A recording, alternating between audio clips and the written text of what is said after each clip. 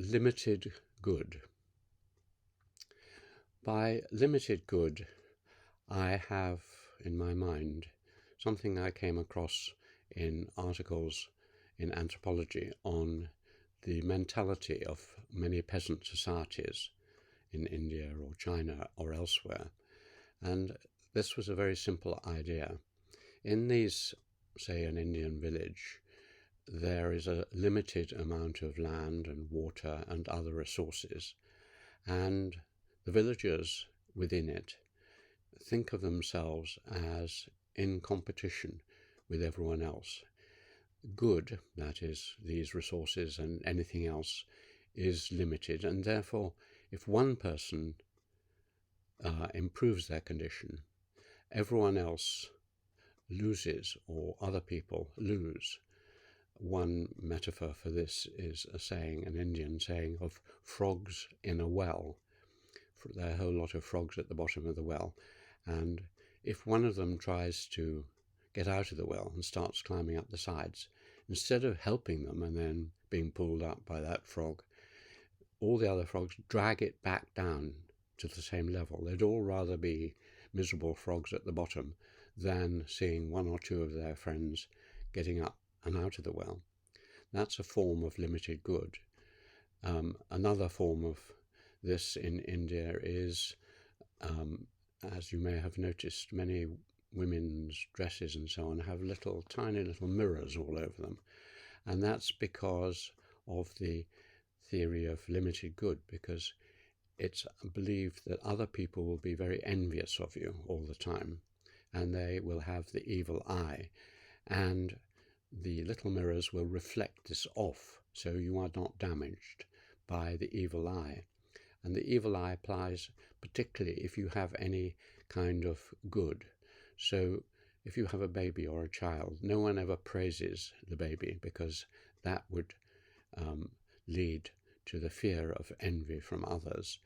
And if you have good fortune in any form of your life, you should keep it disguised. You should wear old clothes. You shouldn't show off in any way, because it will just attract the attention of those who feel done down.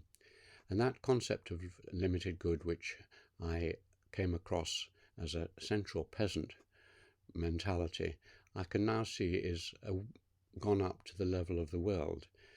There are many, many instances where nation states or even civilizations feel that the resources of this world are limited, and if someone else does well, you do less well, not just relatively, but perhaps absolutely. They steal. A prime example recently was the attitude of Donald Trump, that China was stealing, or as he put it more strongly, raping America, the biggest theft in human history. And so if anything went wrong in America, like there was unemployment or the old industrial firms had to be shut down, that was because their wealth was being stolen by China. It's a ridiculous economic law or system he was believing in, but it led to aggressive action trying to get back what some other country had stolen. So countries are constantly at war or fighting economically or in other ways against other countries because of the theory of limited good, that this world has only finite resources, and if someone is doing well, it must be at your expense, that the cake, in another metaphor, is of a certain size, and if someone cuts a larger slice, then your slices become smaller. It's odd that it moved from peasantries to the world level now, but in both cases it's complete nonsense. None of these cakes is of limited size. Everyone can grow, and other people's benefits can be to your benefit, but it's a very natural human thought. I'm sure I had it as a child when my sister was given nice presents. I thought, well, that's less for me next time. And so we are bred into the theory of limited good.